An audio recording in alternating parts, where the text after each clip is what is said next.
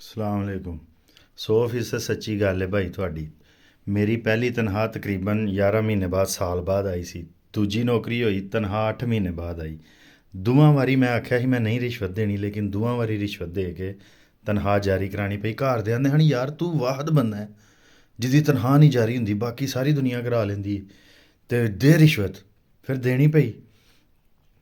ਅਤੇ ਫਿਰ ਇਹਨਾਂ ਨੇ ਸਾਡੇ ਨਾਲ ਨਾ ਕੰਟਰੈਕਟ ਕੀਤਾ ਸੀ 3 ਸਾਲ ਦਾ ਪਹਿਲੀ ਨੌਕਰੀ 'ਚ, ਕਿ ਜੇ ਤੁਸੀਂ ਇਹ ਗੁਲਾਮੀ ਦੀ ਨੌਕਰੀ ਛੱਡੀ, 19,500 ਦੀ ਨੌਕਰੀ ਸੀ ਯਾਰ, ਕੋਆਪਰੇਟਿਵ ਇੰਸਪੈਕਟਰ ਸਾਂ ਮੈਂ, ਛੱਡੀ ਤੇ ਤੁਹਾਨੂੰ ਨਾ 9 ਮਹੀਨੇ ਦੀ ਤਨਖਾਹ ਵਾਪਸ ਕਰਨੀ ਪਏਗੀ। ਉਹ ਵੀ ਵਾਪਸ ਕੀਤੀ। ਮੇਰਾ ਹਾਲੇ ਤੱਕ 75,000 ਰੁਪਈਆ ਫਸੇ ਹੈ ਕੋਆਪਰੇਟਿਵ ਡਿਪਾਰਟਮੈਂਟ 'ਚ।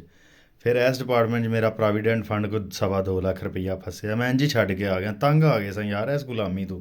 ਸਾਡੇ ਉਸਤਾਦ ਸਾਨੂੰ ਕਾਇਦੇ-ਆਜ਼ਮ ਯੂਨੀਵਰਸਿਟੀ 'ਚ 2013 ਚਾਹੁੰਦੇ ਹਨ ਤੁਸੀਂ 18-19 ਕਰੋੜ ਦੇ ਵਿੱਚ ਤੁਸੀਂ ਜਿਹੜੇ ਹੋ ਕਰੀਮ ਹੋ ਪਾਕਿਸਤਾਨ ਦੀ। ਕਾਇਦੇ-ਆਜ਼ਮ ਯੂਨੀਵਰਸਿਟੀ 'ਚ ਤੁਸੀਂ ਆ ਗਏ ਹੋ, ਤੁਸੀਂ ਖੁਸ਼ ਨਸੀਬ ਹੋ। ਅਸੀਂ ਐਸੇ ਖੁਸ਼ ਨਸੀਬ ਸਾਂ ਜਿੱਦਣ ਕਾਇਦੇ-ਆਜ਼ਮ ਯੂਨੀਵਰਸਿਟੀ 'ਚੋਂ ਫਾਰਗ ਹੋਏ ਸਾਂ, ਸਾਨੂੰ ਕੋਈ 10-15 ਹਜ਼ਾਰ 'ਤੇ ਨਹੀਂ ਸੀ ਰੱਖਦਾ। ਅਤੇ ਐਮ ਫਿਲ ਕਰਕੇ ਵੀ ਸਾਨੂੰ ਜਿਹੜਾ ਮਿਲੀ ਸੀ 20-22 ਹਜ਼ਾਰ ਦੀ ਤਨਖਾਹ। ਇਸ ਟਾਈਮ ਮੇਰੇ ਜਿੰਨੇ ਯਾਰ ਕੋਆਪਰੇਟਿਵ ਵਾਲੇ ਨੇ ਯਾਰ, ਉਹਨਾਂ ਦੀ 40-40 45-45 ਹਜ਼ਾਰ ਤਨਖਾਹ ਹੈ। ਇਹ ਯਾਰ ਸਾਡੇ ਨਾਲ ਜ਼ਿਆਦਤੀ ਹੈ, ਜ਼ੁਲਮ ਹੈ, ਇਹ ਤੋਹੀਨ ਹੈ। ਹਰ ਉਸ ਬੰਦੇ ਦੀ ਤੋਹੀਨ ਹੈ ਜਿਹਦੀ ਉਮਰ 35 ਸਾਲ ਹੈ ਔਰ ਉਹਦੀ ਤਨਖਾਹ 30-35 ਹਜ਼ਾਰ ਹੈ। ਜਿਹੜੀ 40-50 ਹਜ਼ਾਰ ਹੈ ਨਾ, ਉਹ ਦੇਣੀ ਚਾਹੀਦੀ ਹੈ 15 ਸਾਲ ਦੇ ਬੱਚੇ ਨੂੰ ਤਨਖਾਹ ਸ਼ੁਰੂ 'ਚ। ਅਤੇ ਜਿਹੜੇ ਬੰਦੇ ਦੀ ਉਮਰ 40 ਸਾਲ ਹੈ ਉਹਦੀ ਘੱਟੋ ਘੱਟ 3-4 ਲੱਖ 'ਤੇ ਤਨਖਾਹ ਹੋਣੀ ਚਾਹੀਦੀ।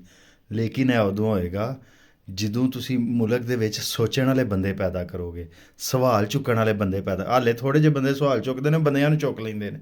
ਜਦੋਂ ਆਪਣੀ ਜ਼ਬਾਨ 'ਚ ਪੜ੍ਹਨ ਦੀ ਇਜਾਜ਼ਤ ਮਿਲੇਗੀ ਨਾ ਸਾਨੂੰ, ਸਾਡੇ ਕੋਲ ਸਵਾਲ ਪੁੱਛਣ ਵਾਲੇ ਬਹੁਤੇ ਹੋਣਗੇ, ਸਾਡੇ ਕੋਲ ਹਰ ਫਨ ਦੇ ਮਾਹਰੀਨ ਪੈਦਾ ਹੋਣਗੇ।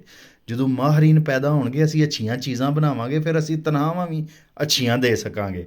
ਹਾਲੇ ਸਾਡੀ ਤਨਖਾਹਾਂ ਤਾਂ ਘੱਟ ਨੇ ਕਿ ਅਸੀਂ ਕੋਈ ਚੰਗੀ ਸ਼ੈ ਹੀ ਨਹੀਂ ਬਣਾ ਰਹੇ। ਔਰ ਚੰਗੀ ਸ਼ੈ ਚੰਗੇ ਬੰਦੇ ਬਣਾਉਂਦੇ ਨੇ।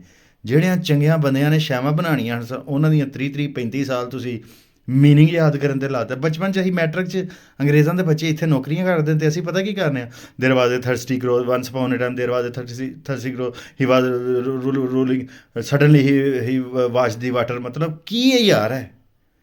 ਸਾਨੂੰ ਇਹ ਨਹੀਂ ਤੁਸੀਂ ਦੱਸ ਸਕਦੇ ਕਿ ਪਿਆਸਾ ਕਵਾ ਸੀ, ਉਹ ਪਾਣੀ ਪੀਣਾ ਚਾਹੁੰਦਾ ਸੀ। ਅਸੀਂ ਪੁੱਛ, ਫਿਰ ਅਗਲੇ ਦਿਨ ਡੰਡੇ ਪੈਂਦੇ ਸਨ, ਉਹ ਸਡਨਲੀ ਭੁੱਲ ਗਿਆ ਅਤੇ ਲੱਤ 'ਤੇ ਡੰਡਾ ਪੈਣਾ। ਯਾਰ ਇਹ ਕੀ ਹੈ?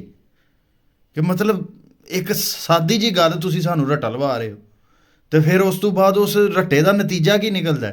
20-25 ਹਜ਼ਾਰ ਰੁਪਈਆ, 30 ਹਜ਼ਾਰ, 40 ਹਜ਼ਾਰ, 50 ਹਜ਼ਾਰ। ਬਸ ਯਾਰ ਫਿਰ ਉਹ ਬੰਦੇ ਆਉਂਦੇ ਨੇ ਇਹ ਜ਼ਰੂਰੀ ਹੈ ਜੀ, ਇੰਗਲਿਸ਼ ਨਿਜ਼ਾਮ ਤਲੀਮ ਜ਼ਰੂਰੀ ਹੈ। ਕਹੀ ਜਾਓ ਪੁੱਤਰ ਜ਼ਰੂਰੀ, ਕਹੀ ਜਾਓ ਜ਼ਰੂਰੀ। ਇੰਝ ਹੀ ਮਸਲਨ ਅਸੀਂ ਗੁਲਾਮ ਰਹਾਂਗੇ ਜਿੰਨੀ ਦੇਰ ਤੱਕ ਆਪਣੀ ਜ਼ੁਬਾਨ 'ਚ ਨਹੀਂ ਪੜ੍ਹਾਓਗੇ। ਲੋਕਾਂ 'ਚ ਇਤਮਾਦ ਹੀ ਨਹੀਂ ਪੈਦਾ ਹੋਣਾ, ਨਾ ਮਾਹਰ ਲੋਕ ਪੈਦਾ ਹੋਣੇ।